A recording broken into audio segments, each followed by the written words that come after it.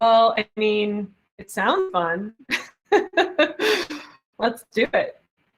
I think we did actually host together one time, Brett. I think one time in 2019, we actually hosted one of these together.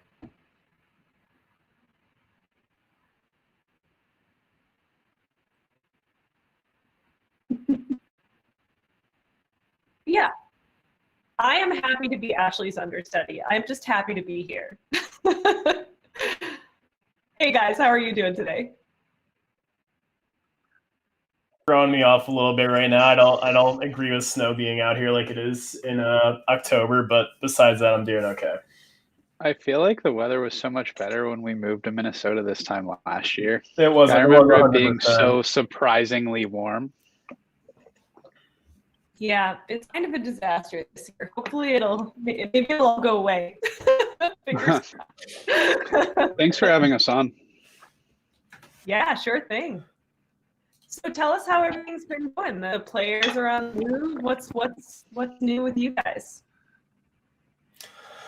Nothing really new on like our ends. It's kind of been our off season. So besides the whole period of time where we were going and signing the team, it's just been like relaxation since then, playing a variety of other games that we don't really get time to play in the off season, for me at least. So I've just been hanging out, trying out some other games I really haven't had the time to play, and just been waiting for Cold War to come out.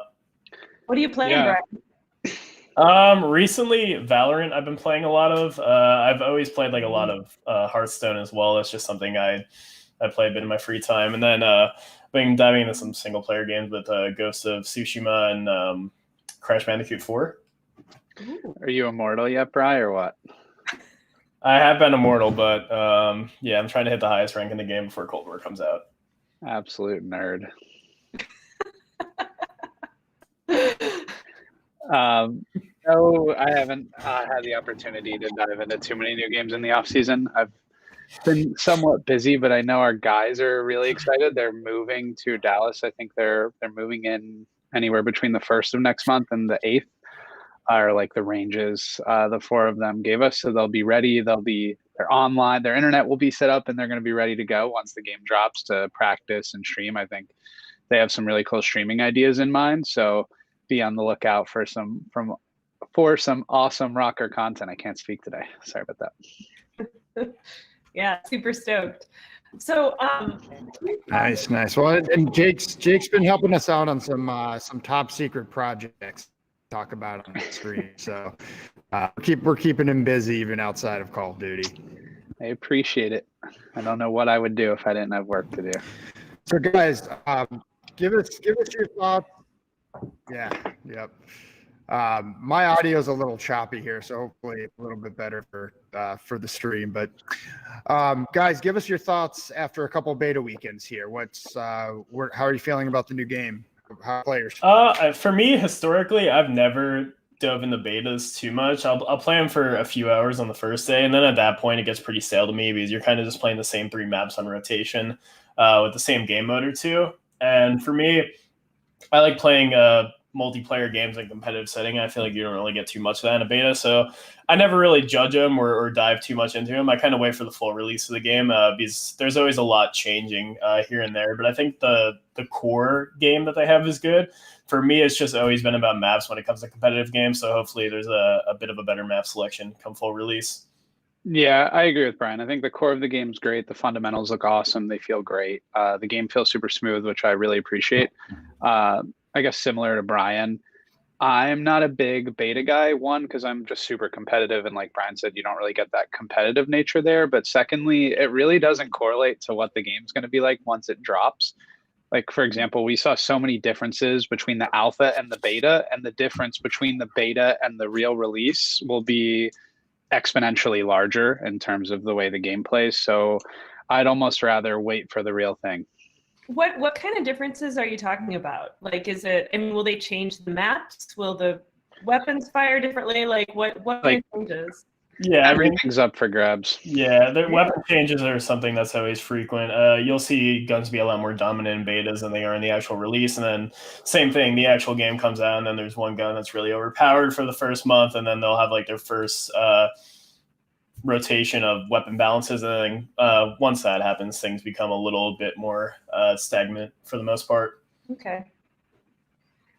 Yeah, I noticed the weapons are really different just from Modern Warfare to Cold War. Like that, you'll have a weapon that looks almost the same, has almost the same name, and it will just feel completely different. Yeah, that's just something that happens from COD to COD. It deals with like the engine that the game's running on, the development process, the core of the game. There's so many things that factor into it. You can look at the MP5 from like 6 different Call of Duties, and it doesn't feel the same, or even close to the same, like any two.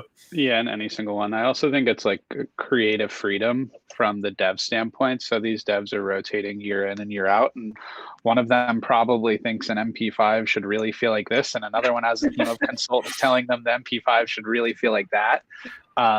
So I think it's just dev to dev and preference, all preference. Got it.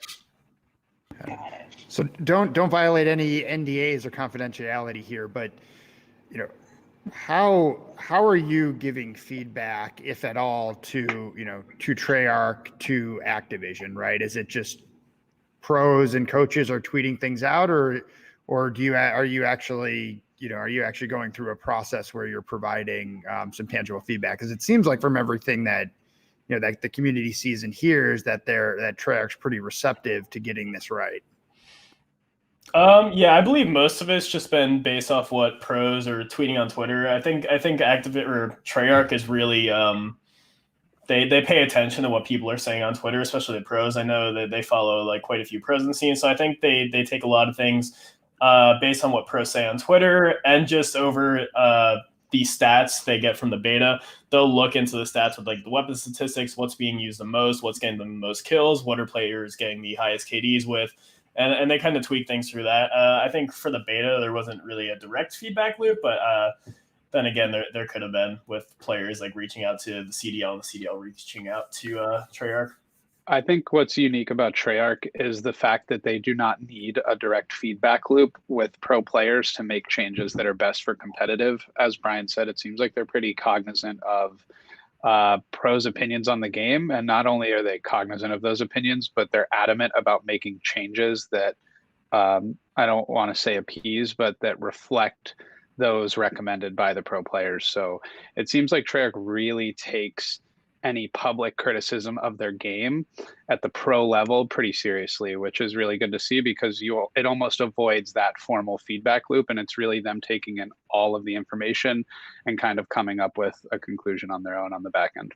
Yeah, come full release, though, I think there would definitely be a direct feedback loop when it comes to creating the game settings, the map pool, the weapon balances, and stuff like that. I don't think something like that's really too necessary during the beta stages. I agree. Have you guys played Armada yet? I assume you've played all of them. The map, like the boat one? Yeah. Yeah. I played all the maps. I'm not a big fan of the like 20v20 style map. All those ones just really get on my nerve anytime I play them, because people can be wherever and I just have no idea where they're at, because I just can't see them. They're laying in a bush, they're hiding in the snow. They're swimming. They're underwater. What are you supposed to do? Is that your go-to map, Annie? No. Do you like vote Armada? No, I'll go in the rotation, so I'll just get whatever comes up, and Armada comes up, and I'm just like, well. That's a back out map for me. That's a never queue map for me. Yeah. It's too hard for me. I'm not good It's enough. an instant back out for me. So yeah, I didn't play much of the 20v20. I mostly stuck to the core modes. But so give us your thoughts on, I know everyone says Moscow is the best map of the group for competitive. What is that how you guys are feeling too? What's your take? I think it's the only one in the group, quite frankly. Yeah, I mean, we don't even know if Moscow will be competitive, but if there was a gun to our heads and we had to pick one map, it would be that. Like, not saying it'll be the best competitive map ever. I think we need to see 4v4 play out and see these competitive game types being played by top level competition before we start hand selecting maps to be in rotations. But if we had to pick one, it would be that. Why is that? Like, what's important about a competitive map? Bri, you got it. I'll jump in. Yeah, I know you're itching for it. Yeah, there's a lot that goes into it, and I've had these discussions, with certain people as well.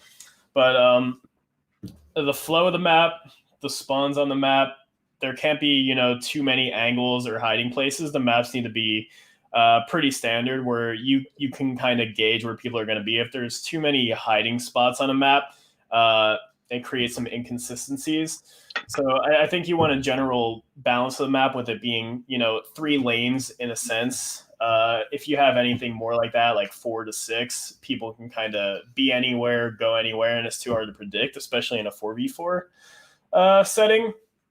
I think if you look at maps from other games and Call of Duty and see the ones that are historically really popular, I think you'll see like a similar trend with the map design, and those maps that are really popular, they're not only popular in a competitive standpoint, but also a public standpoint as well. A good map's just going to flow well from casual to competitive. Right. Symmetry seems to be pretty big. Varying levels of verticality while maintaining a 3-lane structure seem to be pretty big, just because it implements like obvious and organic power positions for players, or positions that are just way more advantageous to be in than others. And that sort of adds a strategic aspect in both casual and competitive. And then I think, Brian, just about where the spawns make sense. You're cutting out a little bit right now, unless that's just me.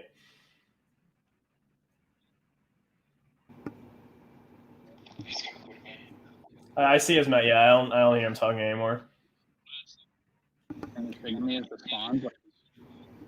I think he's asking you about spawns, if I'm translating a little bit here. Yeah, he's translating now as well. Yeah, it just showed his mouth moving and then nothing coming out. Maybe our producer muted him. Such a mean troll. Back? Yeah, I think you're right as that was happening, I saw out of the corner of my eye something from like a tweet from Ashley popped up on my screen. So she might be trolling us in social media as we have as we fumble our way through without her. But am I back or no? Piece of paper on my wall that said "Be cool, honey bunny." Like right. I should have done that. Sweet.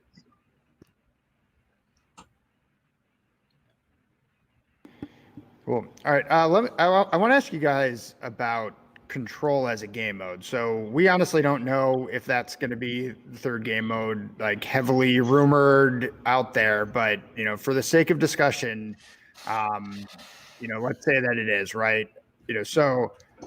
We're all familiar with control, but the vast majority of Call of Duty that I've watched was last year, right? When obviously it wasn't one of the 3. So would love to nerd out with you guys for a minute on that as a game mode.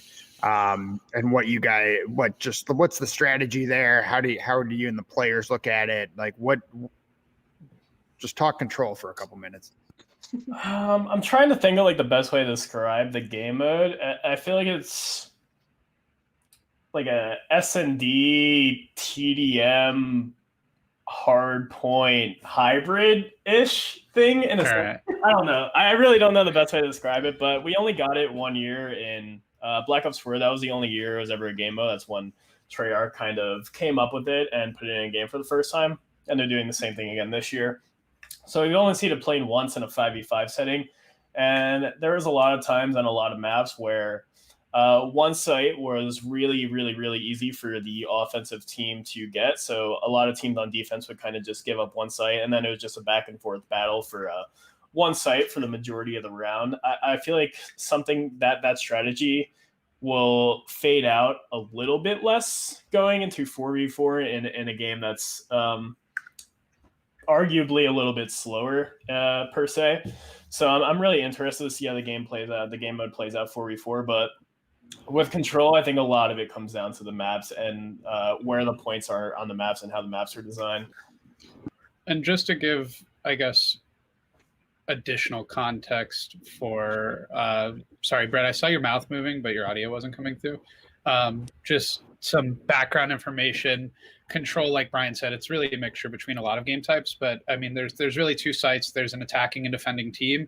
The caveat is that there's a set number of lives. So say each team has 25 lives. You could really win the game, say you're on offense, in one of two ways. You either capture both zones or you fully wipe the other team out to the point where they have no more lives.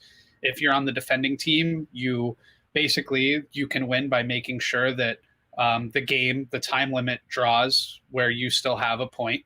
The other team hasn't blown both of them up, or you eliminate the other team to the point where they have no lives remaining and they're completely wiped. So just, I guess, high level information. That's how the game type plays out for those of you who didn't watch or play Black Ops 4.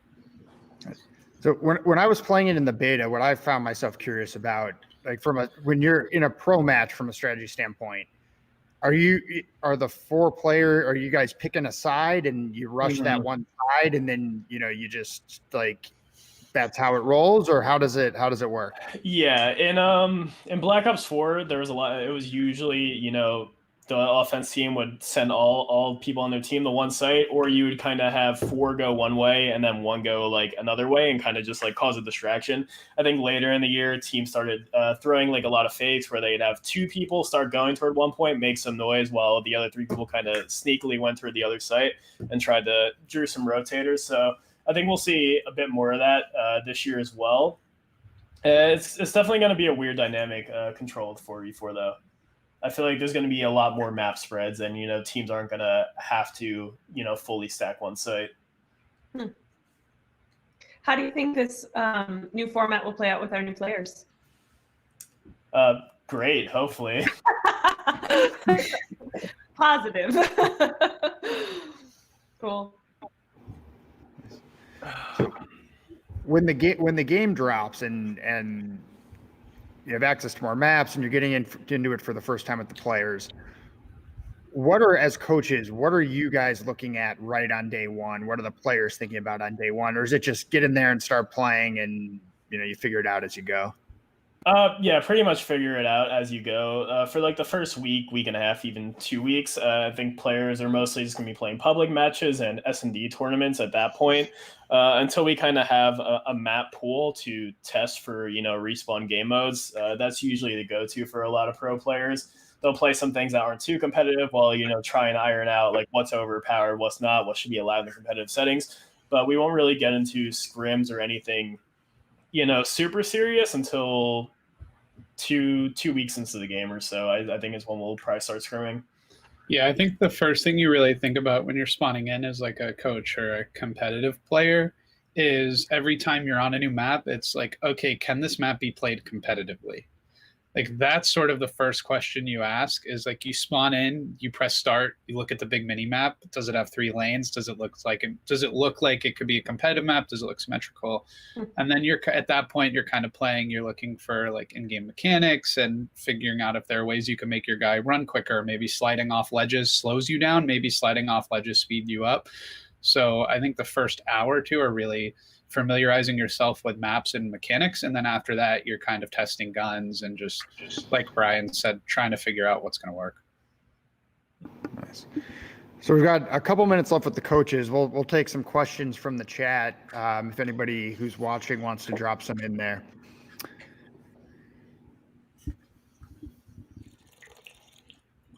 And you got anything while we give the chat a second to catch up? Absolutely. So I want to know, based on the maps that you've seen so far, do you think our players will have any specific advantages, and could you talk about what some of those are?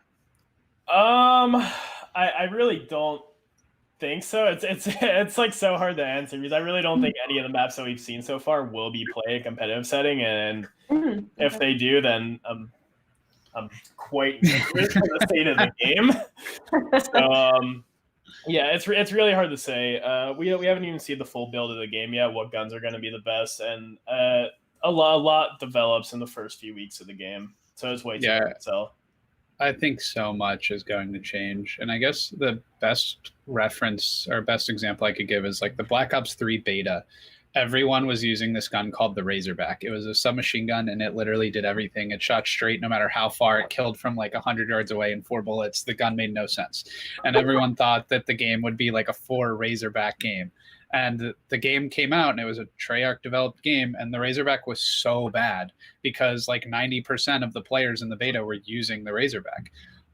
So I guess to answer your question, there's really no way to tell. Like, I highly doubt that we're going to see a game that's that similar, at least from a gunplay and like gun statistics perspective. Yeah, the gunplay and the general mechanics of the game are always going to change a lot within the first 2 months. I mean, you can even look at AW, which was a four barrel 4 AR meta for the first event and a half of the game.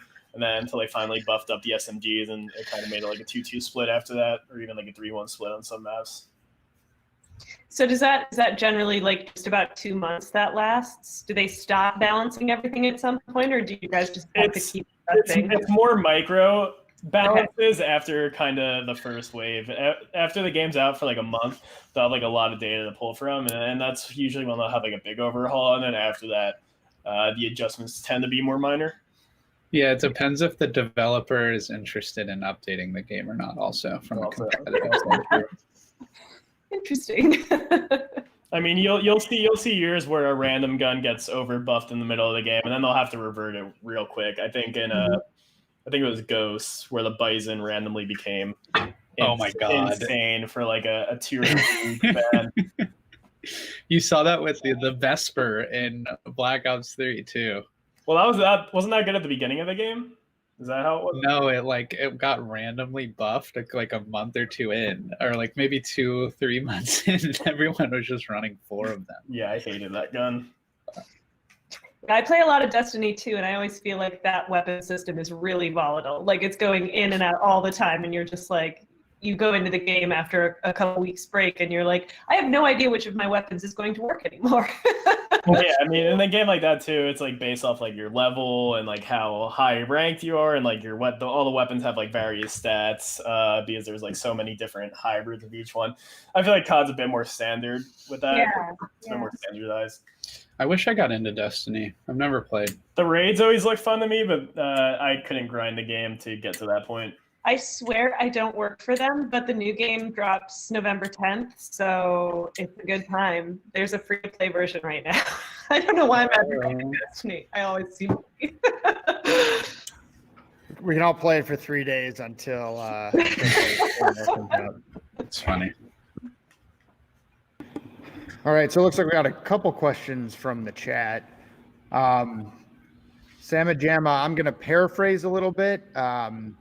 But what's a change that you guys consistently tend to see in the early periods of a game that either you're looking for or can help advance the competitive scene that typically, that's typically top of mind in the first few weeks? It's usually there's always one gun, generally speaking, that just completely overpowers everything else in the game. I think the last like 3 years you can kind of look back to it. What was their ARs? Last year there are ARs too. Yeah, it's usually ARs. Last year the M4 was just insane for the first month. Every team was just running 5 M4s. The year prior, the Maddox, everyone was just running 5 Maddoxes early on in the game. The year prior, teams were running 4 bars in the beginning of the game. So year after year, there's always one gun that just completely trumps the others early on. So balancing that is always priority number 1. And then after that, you definitely want to look more toward balances regarding spawns on certain maps. If there's certain spawn points that are a bit too far out, a bit, wish-wash, et cetera, et cetera. The movement of the game, movement mechanics is a big one that people have been talking about this year, with the slide being too overpowered early on in the beta, and they made some tweaks and adjustments to that. So that's really good to see. But yeah, those are like the core 3: weapon balancing, movement balancing, and then spawn balancing. Yeah, and I think like right when the game comes out, it's really easy within the first 2 weeks to know right away like if a movement needs to be adjusted or a weapon needs to be balanced. I think it oftentimes is going to take a month and a half, 2 months to figure out if spawns really need to change, because in order to identify that a spawn system needs to be changed, you need to understand the spawn system, and they're different in every Call of Duty, and they're all different like math equations on the back end that we as players and coaches have to figure out. And that takes a little longer than just spawning into a public match and being like, okay, this gun is exponentially better than every other one. I'm just only using this. Yeah, and one thing that really hasn't been done much in COD, but has been in other games that I would like to see more is micro adjustments to maps that could make them better. You know, like adding like a truck here or like a box here, cutting off a small little lane over there. Small adjustments like that are something I'd definitely like to see implemented a bit more in COD, because some maps that don't play well potentially could, you know, if you add like a doorway or a hallway in certain little sections of the map. Interesting. Great. All right. Well, I think we're gonna get ready to bring on Erin Ashley Simon in a minute here. Jake, Brian, anything else you guys want to share with the listeners or the fans about how the team's getting ready for the season? They're getting. I mean, there's nothing too crazy that they're doing. They're just moving at this point. Just you know, getting into the best environment possible to perform in an online setting. And yeah, that's really all there is to it. Everyone's just kind of making sure they're taking their time off and just making sure they're in the best state mentally going into the season. Sounds good. Well, thanks guys for joining us. I'm sure we'll have you on again before the season starts. Thank you, guys. Thank you. Thank you.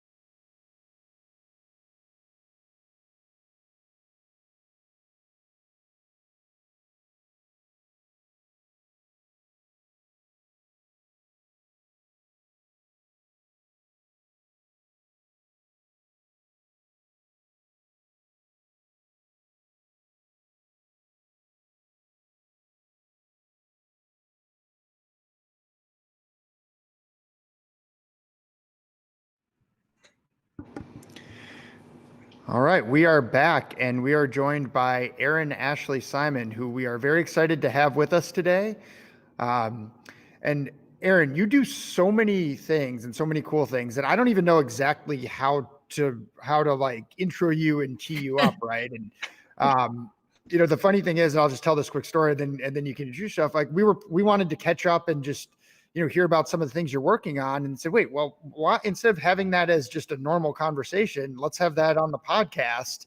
And so everybody can hear all the cool stuff that you're up to. So yeah, you know, let's maybe just give us your let's hear the Erin Ashley Simon origin story for any of our listeners that maybe aren't familiar with you. Oh man. Okay. Well, let's summarize this. So hi, I'm Erin Ashley Simon. I'm a multimedia host, producer, and consultant within esports gaming and just culture. Culture is just a little more all encompassing because I used to work in the music industry and all this stuff. And so I've been doing media work for 10 years, which is crazy to even say considering I'm only 28 years old, but I've been working in the media world for 10 years. Worked in traditional sports, worked in music media, and now I'm over in the world of esports and now a little even more gaming based centric content and not just esports. So it's been really, really interesting. And I mean, along the lines, I've obviously come to meet so many different people, including you guys.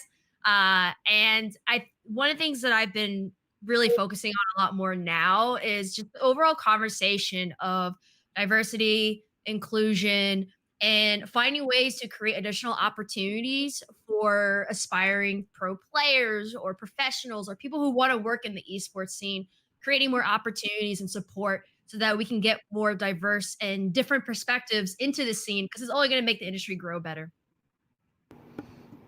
Yeah, 100% agree, and we're excited to talk about some of that as we go through the show today. You said you've been working in the industry for 10 years. I saw you post something recently where, it was that 10 years ago, the clip you had of you interviewing, and it was like mini Erin. Was that when that was? Yeah, that was wow, yeah. I was 17 years old. I think I'm about 17 years old, and it's funny because I went back and I watched some of my previous videos where I was on camera because a lot of people were like, "Oh, you're a natural and this and that," and I'm like, "No, I was actually pretty bad on camera. I can't even lie." But it was really cool to kind of look back and see where I started and just kind of like really take a step back and just appreciate the journey that I've had to where I am now. Because especially when you get to a certain point in your career, things get moved so fast and you don't really get the time to appreciate those moments. And it was one of those situations where I wanted to kind of look back and just be thankful and grateful for everything that I've been able to do up to this point, but then also show a lot of people that this was not like an overnight success. Like it took me 10 years of learning, failing, succeeding, and growing to get to where I am right now. So it's cool that you saw that clip. I think a lot of people were surprised because like I definitely looked a lot nerdier, did not have this hair. I had long hair too. So it was kind of a shock to people to not see me with short hair. Yeah. You sounded pretty good though. I gotta say, you sounded very professional. No, but that's such a true message too, right? That like you have to get started somewhere, and you have to, it fits a lot with what we're doing as an organization, right? Bill, we've been building this thing from scratch over the past year. And, I think that's true of everybody. Everybody's career started somewhere, regardless of, where you are on that journey. Everybody had their first opportunity, whether it's, first opportunity to be on camera, first internship, first job, whatever the case may be. So that's such a great message. Yeah. It's a long journey, I think a lot of times too, when some people look at those within the esports world, I think they forget that it took years and years and years for a lot of these people to get to where they are.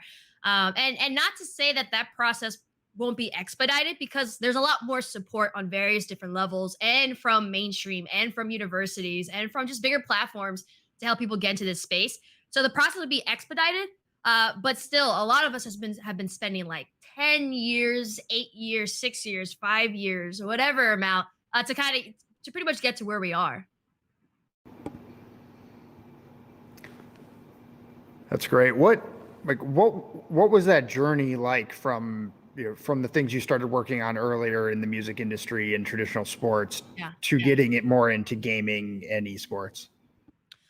So that crossover that I had, naturally over time, I've become, there's been a few things that I've been known for that people have told me. One, I've been the person who said the things about esports that some people can't say, but they really want to. And I guess we need examples.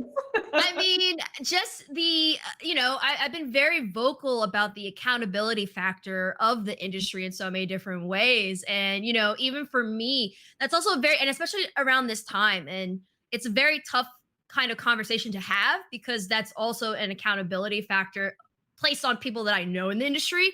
But there are things that have to be addressed and they have to be talked about. That's part of my responsibility being someone who's in media and more so focused in the news side of things. And so I've been very very New York candid when it comes to it. Sometimes, I try to word things the right way, but sometimes, the New York way is just to say it how it is. And that's how I am sometimes. But another way I've been integrating is just naturally, I've been a gamer for all my life. The first console I played on was Sega Genesis, and the first game I've ever played was Sonic. And there's always been historically such a cultural tie to gaming, whether it's music licensing and tracks, even now I can remember some of the best video games with the best soundtracks. Streets of Rage 2 is one of them. Final Fantasy. There's tons of them, right? So there's always been kind of like that culture integration. But now we're starting to see it happen within esports, whether it's, people who are hip hop artists, athletes investing into the scene, whether it is the integration more of like the cultural nuances of social media, like what you guys are doing, the podcasting world, that's something that's building too as well. And so we're seeing a lot of these intersections, and just naturally over time, because I'm passionate about all these things, like I've really just honed in on speaking about these within the context of esports.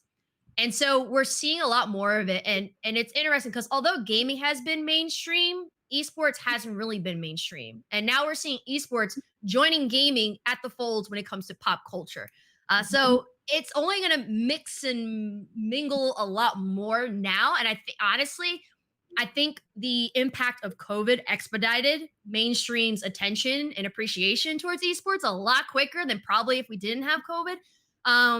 But I'm really excited because, it allows me to talk about all these passions within the context of competitive gaming. And now it's the challenge of having to explain esports to those in mainstream, and also explain, not to capitalize the S. That's like the first thing I try to explain to them, but you have to explain the rest of it to them in order for them to buy in, because more mainstream buys in, more financial support will buy in. It's just about how do we allocate this appropriately, keeping the core essence of what esports is, which is this passionate grassroots initiative and community, but taking it to a bigger level. So those are some of the things I've been seeing, and just, just my kind of transition into being more of that person who's at the intersection of culture and esports.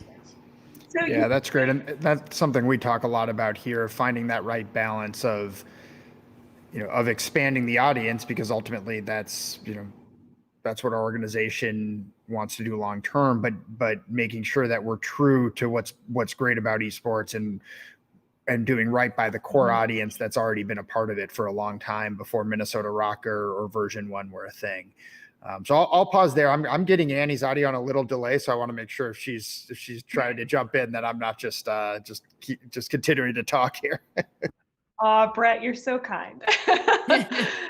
But Erin, I wanted to ask, sort of with that influx of, mainstream musicians, athletes, like all this, the big designers, everybody coming into this esports scene, how do you feel like the esports fans are feeling about that? Is the core esports fan like, hey, stay away from my cool stuff, or are they welcoming to this? I think we're seeing varying thoughts, right? I think it's very unique and interesting because esports fans are also fans of lifestyle, right? You have esports individuals who are sneakerheads. You have esports and fans who are also fans of hip hop. So the integration, I don't think is a problem. It's just how these people go about it. Like, for example, I talked about this. Sneaker brand companies don't need to label a sneaker, this is the esports sneaker. Like, it's to me, that's kind of whack. I think that it's making this weird assumption that like we're not sneakerheads and also esports fans and gamers. Like, it doesn't make sense. Well, there's no performance angle. You don't even need to wear shoes to game. Exactly, right? The sneaker for a gamer is just a sneaker. The sneaker for an esports fan is just a sneaker.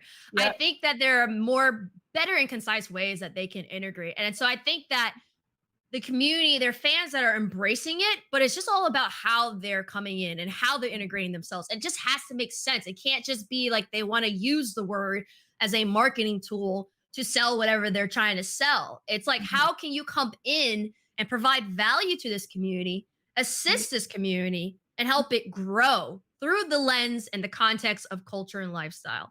That's how they can do it. Because I mean, we've seen people who are quote unquote outsiders in different orgs and different positions, right? And when I say outsiders, it's more so people that didn't originally work in esports, may have been fans or gamers themselves, and are now working in this space. We've seen people come in, technically in some way, I was kind of an outsider at one point too. I was a gamer. I watched a bit of esports, but I myself didn't work in this space. And so like I had to gain the trust of a lot of people, considering, since I do media, what I say can travel. Yeah. And so it's, you have to gain the trust of the community is like the most important thing. But I don't think fans have a problem with it. It's like I said, it's just a matter of how they go about it. That makes a ton of sense. I feel like one of the first things I learned when I started working in this industry is that pretty much none of the groups actually call themselves esports. They're like, no, we're Call of Duty. Like we don't use that term. That's like a marketing schmarketing term that doesn't get thrown around very much. And it was just interesting to see. I think historically, when there's a great big group of people that the mainstream doesn't understand, we try to group them. And it doesn't make sense to group them necessarily. All these different esports are really, really different. The fan bases are different. They behave differently. It's been really interesting to learn about. Yeah, it's funny too, because for people who are outside, the best way that I explain it is, okay, you want to understand esports, traditional sports. You have sports, which is the overarching concept, right? Mm-hmm. You have Major League Baseball, you have NBA, you have NFL. They are sports, but they have their different rules, their different structure, their different schedule, their different way of playing, and their different fan bases. Now, those fan bases can cross over here and there, right? Because if you are a fan of first-person shooters, you're going to be a fan of the likes of Siege and COD. But it doesn't necessarily mean that it constantly crosses over. And that's the best way that I can explain it to the people who don't understand it. And then it's interesting, for as much as they feel like they don't understand the scene, once they're in, they get it. It's just more so when they watch the competitions, it kind of like overstimulates them, and then they just are like, oh my God, I can't do this. Like I never encourage any newcomers. I never have them watch Overwatch. I have them watch like Call of Duty. No, I do. I have them watch Call of Duty because they get it. There are guns. It's one team, it's another team. You're trying to capture something, or you're trying to shoot at each other. Very basic, and they get it. But you can't have them watch Overwatch where it's like, okay, this you have this ability and that, and it's like then they're just like, I'm lost. So it's like easing them in, but using concepts that they can understand. Yep. Yeah, I remember I brought my parents who are in their 70s to our Call of Duty launch event last January. And I tried to sort of explain the game modes to them, but my dad just looked at me and he's like, they shoot the other guys, right? I'm like, yes. Exactly. What is one of the things that truly, now that we're a year into this, gives me like really the faith that this can continue to grow and grow and grow is just how exciting it is. I mean, I was thinking the other day that if I'm as into a RØKKR match as I have been any sport that I've ever watched, of any team that I've been a fan of or worked for or any of that. Mm-hmm. And, that's truly where, and I think that's where we do see the fan base starting to grow, especially locally in Minnesota, with people who may not have engaged with esports previously because it was something that was hard. It's hard to access events when you live in Minnesota and you've got most of the events are on the coasts. But having a team in their backyard gives them a reason to cheer for it. And I'm talking about people who are passionate players of Call of Duty, the game, right? Like that's an audience that we talk about a lot about reaching. But just the match, the core product is great. Like it's so exciting to watch, and it's it's a lot. We're having a lot of fun doing it. Like that's a big part of it. That's good. That's good. It's there's not a one size fits all in esports. But there are concepts from different industries that I think can work in some shape or form in this. Like you're saying, city-based franchise system. The regionalization aspect, especially in the US, is something that brands can understand from a marketing standpoint. And even from a cultural standpoint. But there's a lot more. We have we have to further figure out talent development, especially in North America, right? It's just all these different things, but it's been great just to see, even with the Call of Duty Pro League and just other leagues, and how they're adjusting to this mainstream attention right now, and how to integrate more brands, different structures, and different people all in just to grow it a lot more. Yeah, Erin, you've been quoted as saying that esports isn't foundationally structured. I think yet is the implied. What does that kind of mean to you, and what do you think are the next steps? I think that esports right now, although it's growing, the more so the financial sustainable model isn't quite there. And it's even impacted a lot more now because of COVID-19. And so I think that it's been growing and growing and growing, right? But there are various different things that we don't have in place. Like, for example, here in North America, we don't have a quite set talent development pipeline. We don't. So we have top players, but what if we're missing out on one of the greatest because of accessibility, because of the lack of talent development? We see how, like in certain teams in South Korea, that they've been putting more emphasis in talent development. Now, I have to say, they have better internet than we do, and it is just some other things. But they develop academies, right? Where they're taking their talent, they're developing them, they're taking them young, they're structuring it right. And I think that that's something that we can work on much better to even further improve the competitive side and create that pipeline model that will create more of a sustainable structure, but then also will help eventually with figuring out a more sustainable financial model. And the more that we have this kind of pathway to pro and different opportunities, and more of a solid foundation of you're going to get the best of the best, more money is going to be invested in it. I always tell people look at the NBA as like the prize. At one point, the NBA was a failing league. Like, it was almost done. but it changed because of the narratives, the structuring, and it created a better model. And with that model, more money was invested into it. Right now, esports is getting money, but the return on investment is not in the positives. And there's very few organizations that have it in the positives. So we still have ways to go to build that model where that return on investment will go back, and then it will be more money will be fed into the whole ecosystem. So, but it's going to take time. I mean, esports has been around for a while, but in the format that it is now, and with the greater attention, it's still kind of young in that capacity.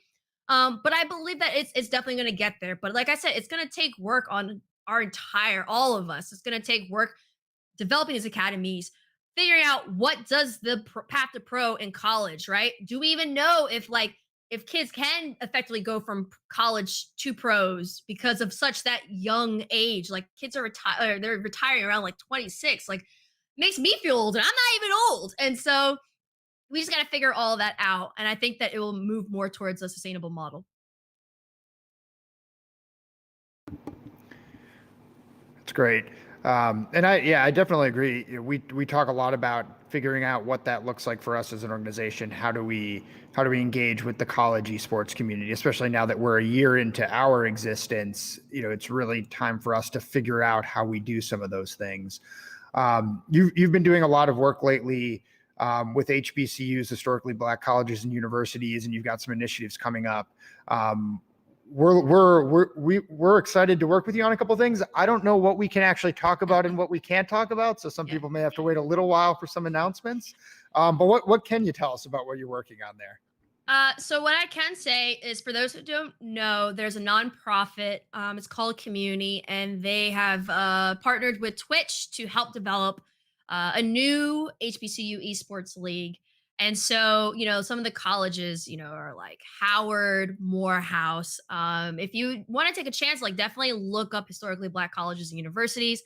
And so they're working on creating this structure for it. But the one thing is, typically historically Black colleges and universities do not receive the same financial support compared to other universities. Like, I went to the University of Kentucky, and because of athletics and various different reasons and donors, there's a lot of money in the university. I think out of the schools in the SEC, we're one of the very few universities that we could literally run on our own without the NCAA financially. So it's one of those things that, like, I there's such a disparity in esports, and we don't talk about it enough, because the basic standard to get into esports, you need PC and good internet. There are a lot of people, especially in low income areas and even people of color, that don't even have access to any of those. So how can we help to create more opportunities and make it accessible to everyone, and not just people of color? Like I said, low income areas, regions that aren't focused on for esports, right? The Midwest, the South, even New York City is one that is just recently is being more esports organizations and focus is being placed in the inner cities. And so it's like, how can we create these opportunities bit by bit? And having HBCUs, having esports league makes it even more enticing for students to, one, not only get their education, but two, have an opportunity to create a pipeline from these universities into the esports ecosystem. It may not even be pro player; they can work in here, But it creates that diverse in perspective. It creates that diversity in just individuals, because a lot of them are console gamers. But it's like, how can we get those people who are predominantly console gamers who only get on PC later in their life? How can we start that earlier for them? So one of those is starting with the historically Black college universities. And so with this, we're actually doing a streaming series. We are pairing up with a major record label, and we'll be using these streams to raise money to help with getting appropriate equipment, and helping to provide resources to the universities so they can have their players compete at the highest level and viewed in a reputable way. The same way that we're seeing this transition in terms of top basketball players are now viewing at HBCUs, top football players looking at HBCUs now, the same should be done for esports as well, from a collegiate level, and even from like a business side as well. So I wanted to start with here, but it's not the only thing I'll be doing, but it's one of the things that I can do during this time, and I'm really happy to have your whole team a part of it as well.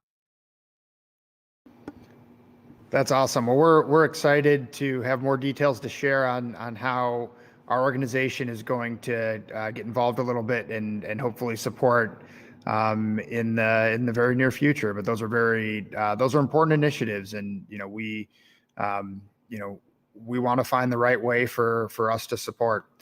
Erin, tell us a bit about Venn and the show that you host on that network, and just what's going on there, because that's an awesome, exciting new project that we've been hearing a lot about. Yeah, of course. So for the Venn is a 24/7 gaming and entertainment network, and I'm one of the hosts, co-hosts for a show called The Download, where we focus in on news within gaming, esports, and culture. Funny enough, today is our esports day, so we will be talking about esports later on. But yeah, it's really cool. This unique thing is that we all have different perspectives, and just passions. I mean, obviously, all of us as hosts, we are gamers. We all have different interests. Some of us are more JRPGs, first person shooters, MOBAs, and others. And it's interesting because we can all bring our unique perspective and talk about news from the perspective of gamers, right? And the perspective of esports people. And so we have all this combination that I think helps to drive these important conversations. Like, we're probably going to talk about the recent DMCA crackdowns, right? And just how that's just impacted everyone, in so many different ways. But, why is that, right? And so my co hosts will have the perspective of gamers and streamers. But then I myself had the perspective of, like, I've worked within the music industry, and I have friends who work at the music industry labels. So I can speak to that and provide that value. And I love the fact that we're able to pretty kind of like we're in a way it's like we're kind of making history in a sense with the Venn network because we're at least becoming a staple within the content and media coverage of esports and gaming. The same way that I felt like, even though it wasn't as big, but when I was over at Cheddar Esports, I didn't realize how many people Cheddar Esports resonated, like the content we put out, how it resonated with the community, and how many people. Honestly, I didn't even know how many people really knew until like it ended, and then all these people were hitting me up and like, "Oh my god, I loved it!" I was like, "Whoa, I did not know you watched it." So it feels like the same thing's happening with Ven, but it's adding more of that culture component that I didn't have at Cheddar. But then I'm really happy to dive in more with my colleagues and just the overall team, and I think we can make something truly special. That's awesome. So, Erin, what do you think is going on? We talked a little bit about diversity and inclusion, and I just want to know, what's your take on women in gaming these days? So, women in gaming, I mean, we're here. I don't. We are here. We're here to stay too. Yeah, I mean, honestly, I think it's interesting because there is a problem. There is a problem in esports, but I don't think people, and maybe not everyone, right? There are some people that do understand, but I think that there are some people that don't understand some of the obstacles that women have to face. And I know a lot of times people say, well, when it comes to esports and gaming, they have the same equipment and it is more equal than traditional sports. That's not the point. I think they don't realize the stress of not only having to compete, but like having people, attack you because you're a woman, calling you inappropriate names that you're seeing constantly, discrediting your ability because you're a woman. And if you are a woman of color, there's an extra layer to it, right? And these are things that impact people, right? And these are some things that men don't have to go through to become pro players. Yes, there is a level of stress, and there are moments where people will say not so nice things, but it's never their performance is never like discredited because of their appearance. Their performance is never discredited because they're a man, right? And so there is that disparity in it. And I like the fact that we're creating areas that women can feel more comfortable and feel more empowered to be in the scene. And it's not separating the men from the women, right? That's not what it is. I always tell people the same way that in traditional sports and the same way that we see in esports, you create different competitive scenes that will ultimately help bring us top players and better player. And there's obstacles for why we are not getting certain top players, right? Mm-hmm. And so if anything, having these opportunities, these comfortable entryways for women, and then even for youth, right? College scene is a comfortable entryway for some people because it is, if they get a scholarship or, at least they have that comfortable foundation of, okay, even if I don't go pro, I still have my education. So we have to view it as just creating more avenues and spaces for us to really find some of the best. And some people can just take the traditional route. Some people got to take a different route, right? We see this in traditional sports. I don't understand why people have a problem with us having the same thing in esports. It's not to separate. It's creating the best possible way to find the best players. And so I think that we'll start to see, as we're creating more of these comfortable areas and spaces, I think we're going to start to see more women, wanting to compete on the top pro levels. We'll start and mixing it with the men. We'll have some women teams, and that's completely fine. If anything, I think it's just going to make the scene more diverse. And with more diversity, like I said, it creates more opportunities. And what people don't understand is more diversity, more opportunities means what? More money that can be placed into the scene. So, I'm excited for it. And I really hope to be someone that helps. And even for broadcasting, like I want to see more women that look like me. There's some amazing women in this scene. You got a RØKKR, you got a Seltzer, and I can go on and on and on. But even we have a diversity issue in broadcasting. Like typically I'm one of the very few Black and or Latinx women on a broadcast. And even that needs to change. But it's like, okay, how can we change it? How can we create opportunities for people to highlight their skill sets so we can get the best of the best? You know, diversity does not mean we don't get best of the best. Diversity just means we get an array of top talent.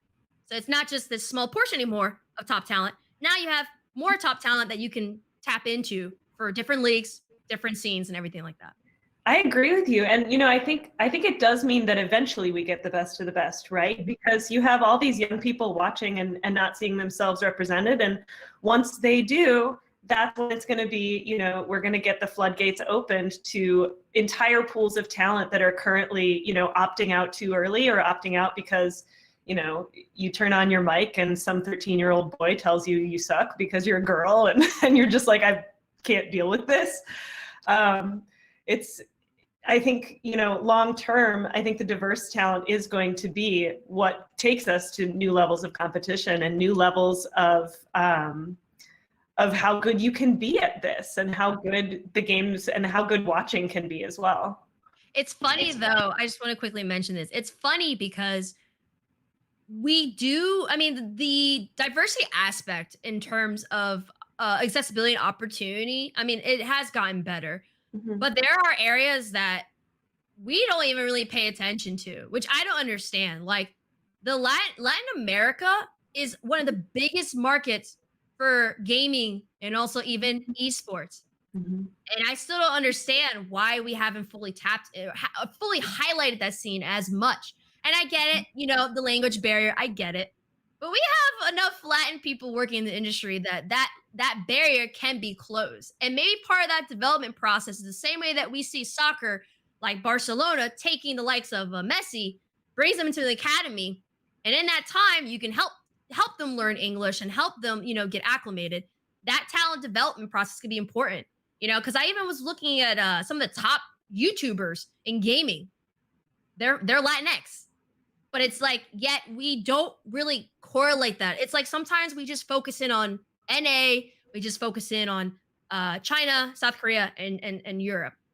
But we have millions and millions and a lot of people in Latin America who are massive gamers, but we have yet to truly tap into that to the fullest potential. Why? These are a lot of questions I think we still have to figure out and some spaces that we need to work on. But the more that we do, like you said, it's going to be diverse, more opportunities, and it's just going to make esports better.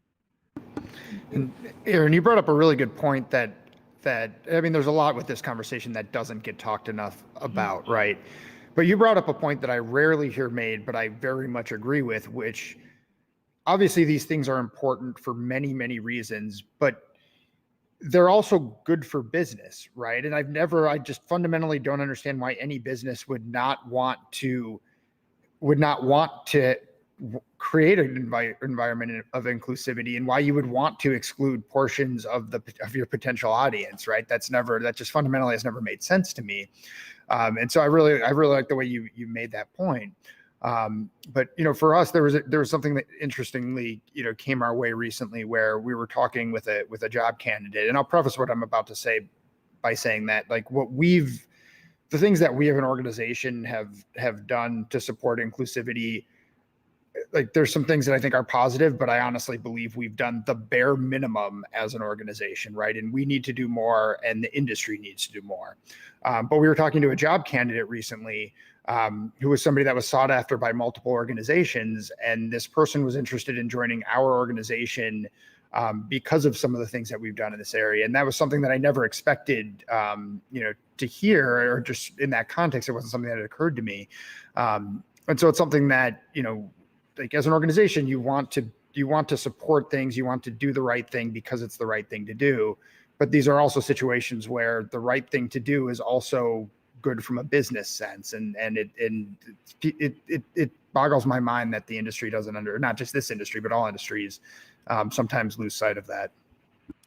Yeah, it does. But there are, like you said, there are people that are working on it, and sometimes you gotta have a proof of concept to get everyone else on board, unfortunately, because some people just aren't inclined to think about these things. I've had conversations with other individuals and people at different organizations, right? And we had a conversation about the integration of like hip hop acts and just and people that I like to say are within Black culture. And even with that, they're like, oh, do they play League? Do they play Dota? Do they play, CSGO? And I had to remind them, I was like, you have to remember from a cultural standpoint, hip hop rappers typically are console gamers. They don't start playing PC until later on. And even so, most of them don't. Most of them are still console gamers. Athletes are the same way. I mean, yeah, there are some who are PC gamers, but there are some who they have a PC, but they continuously plug their console controllers in. Why? Because they grew up playing console. Because some of these people were poor and they can only afford consoles. So even that disconnect is still a problem, and it's not like people are intentionally saying these things and doing these things. It's that sometimes you kind of have to remind people, like, not everyone has access. Not everyone can afford a PC. Like, I didn't start playing on PC until only a couple of years ago. Like, I was predominantly a console gamer. And so it's a cultural thing. It's a socioeconomic thing. And it's even a regional thing. So it's just like, even when we're having discussions, it's like we're constantly having to train each other to think like, okay, we can't keep thinking this way. Like, if we want to grow this industry, we can't just be PC. Like, there has to be other opportunities. And there's other areas that we can tap into. And that's also probably why we don't see the scene as diverse, because like I said, console gamers they're predominantly Black and Latin. And it's like, that's also probably contributing to the factor of why we're not seeing as many into the scene, in addition to all the other factors, right? But I think as long as we continue to have these conversations, as long as we continuously, hold each other accountable, I think we'll be fine. Some people will do it better and sooner than others. And there's some organizations, to be honest, and companies that probably not do it until it's cool enough to do it.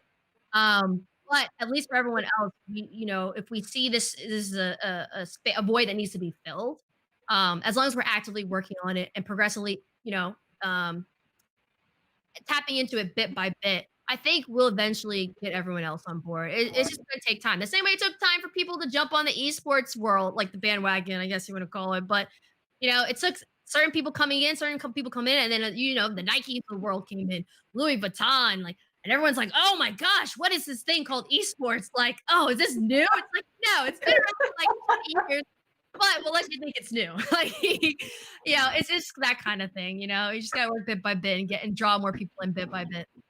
Yeah, and that accountability that you mentioned, that's very real, and I think that's really important. And honestly, like, we're an organization that wants to, we can sit here on a podcast all day and say we want to support this and we want to do the right thing, and like, talk is cheap, right? And like, honestly, at some point, like 6 months from now, a year from now, years from now, right? Yeah. Like, we're gonna see you at an event, Erin, and we're gonna be on a podcast together or something, and I want you to challenge us, right? Like, I want you to say, Brett or Annie, like, what have you done since I was on your podcast on October 22nd, right? And if the best we can do is like awkwardly, like, say some words and try to change the subject, then shame on us, right? Yeah. Hey, as long as you guys continue to work with me, you'll be fine. I love it. Love it. Yeah. Well, send us ideas if you have them. I mean, we want to work with you on this stuff. We want to work with anyone who's willing to help us. So we are very actively seeking strategies and ways to change this. Well, it's an annual plan, right, Brett? I love what you guys are doing. I love the fact, for me, like, if you don't mind me taking a second to compliment you guys, but I love the fact that you guys are willing to try things and you guys authentically use your platforms to address and speak up for what's right. I saw what you guys did in terms of the recent police brutality protests.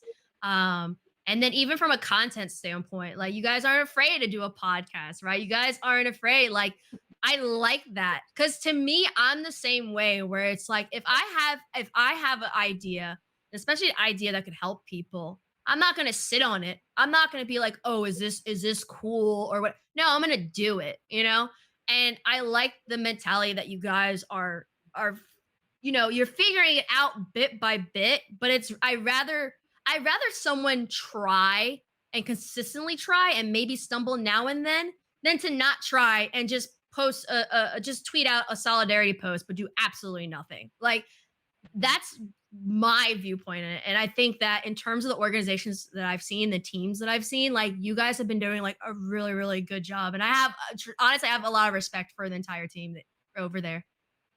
Thank you so much. That means a ton. It was and has been and continues to be something that we talk about a lot internally. We are always very cautious of jumping into a situation in a way that might make it look like we're trying to take advantage or we're trying to get attention around something that, you know, may or may not have something to do with us. And it's hard, and we're not always going to get it right. So just saying that you appreciate that we try is much appreciated. You know, we all lost a lot of sleep figuring out what the right thing to do was in that particular situation. And I think going forward, it's going to continue to be that way. And we want to be a force for good in this community, and we want to drive inclusion. We want to, you know, we want to do the right thing, and it's just not always clear what that is. And especially when you're a small org just establishing yourself, there's this feeling of like, well, who cares what we think? But it does matter. It matters. It matters that people speak up and that they say what they mean and what they think about these things. Or, you know, if it goes unsaid, then people can assume that we don't care. Yeah, and I think, you know, it's about, you know, it's not about like, oh, mass impact, right? Because even if we're talking from a historical standpoint, people don't realize that the civil rights movement took many years, almost 2 decades, right? But incremental change is what can help to set kind of like the flame for big progress and change. And so that's why I always appreciate when people take those necessary steps and those small steps, even if they stumble a little bit. As long as we're taking those necessary steps, big change can occur from that. You know, it's just, people just have to, one, obviously, like you said, like, just figure out how to do it the right way and not being afraid to do it. But it's been interesting, you know, I think during this time when we were all quarantined and just everything was happening with the protests, I realized that it woke up a lot of people in the gaming and esports world that typically wouldn't talk about those things and are now. The same way that we're now seeing a lot of streamers and people talking about the importance of voting. Didn't really see that as much before. So I think there's been a bit of a change, and even part of that incremental change where people in the industry, you know, and especially even people of color like myself really speaking up and saying, you know, enough is enough. Like, we're tired, right? And for those people to see people that they know and admire and appreciate and respect breaking down, and it's hard for me to say, but like breaking down, being emotional, like telling like I'm not okay, realizing the magnitude of just everything that's happening.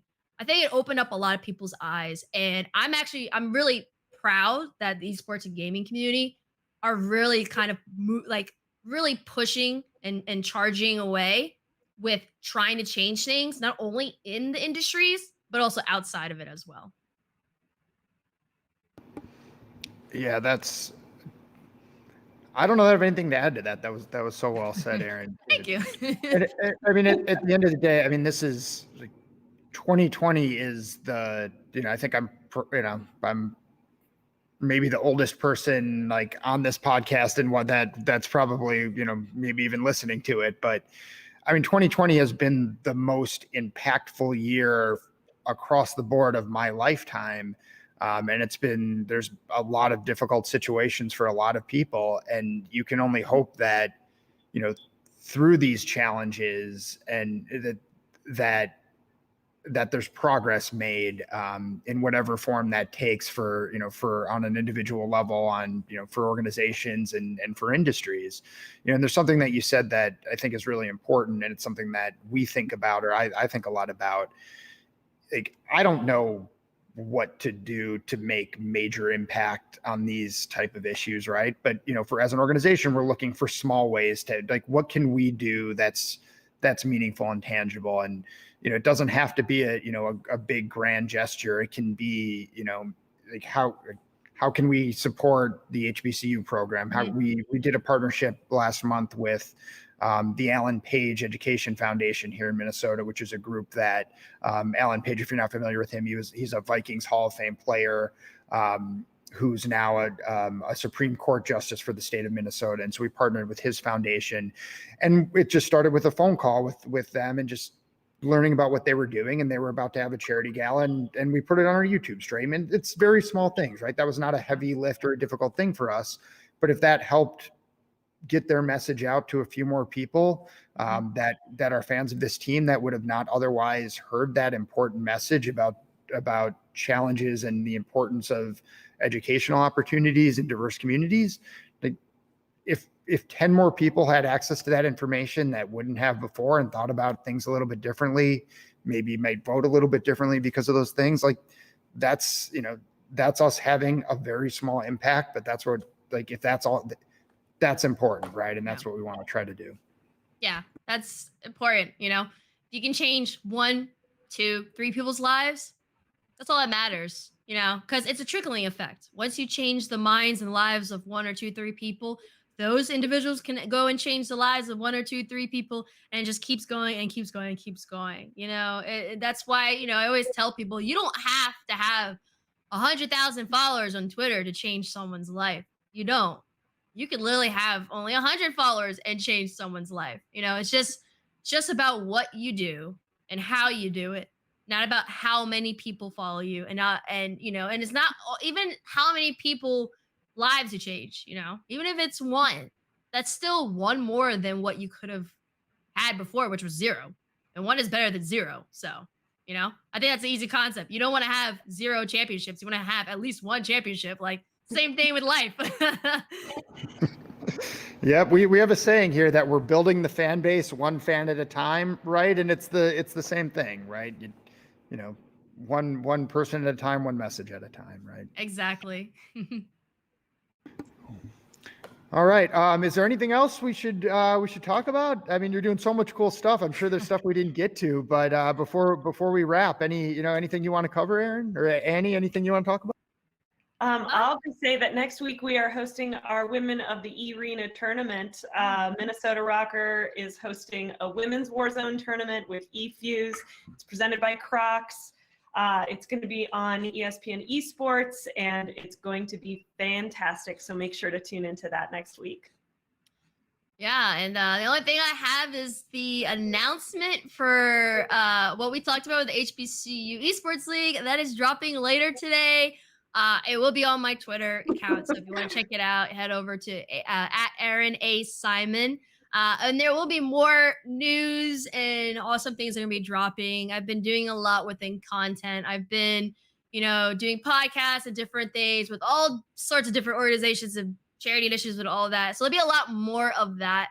But I'm also going to be dropping more educational and informational sessions. I did one where I had a bunch of my friends and reputable broadcasters in the scene, literally did a stream telling, letting people know what they need to do, what skills they need to build, what equipment they need to have to become broadcasters in the esports and gaming space. So I will be doing a lot more of those educational informational sessions because I've been lucky enough to be privy to a lot of information because of the companies I worked for, but a lot of people aren't. And the simplest thing, as in having a reel done appropriately, can literally change someone's career. And so I will be doing a lot more of those educational informational sessions on my own too. That's amazing. That's great. Thank you. Well, thank you, Erin. Thank you so much for joining us. Really appreciate you coming on and sharing what you're up to and a lot of the important work you're doing. So everybody keep an eye out for that announcement that Erin referenced coming later today, today being Thursday, if you're listening to this after the fact. Yeah, thanks, Erin. Best of luck with all the great work you're doing. And I'm sure we will be talking again soon. Yes. Thank you guys for having me on. Thanks, Erin. It's been a pleasure. Thanks, everybody, for listening. Yep. Thanks, everybody, for listening. This has been Building Minnesota RØKKR.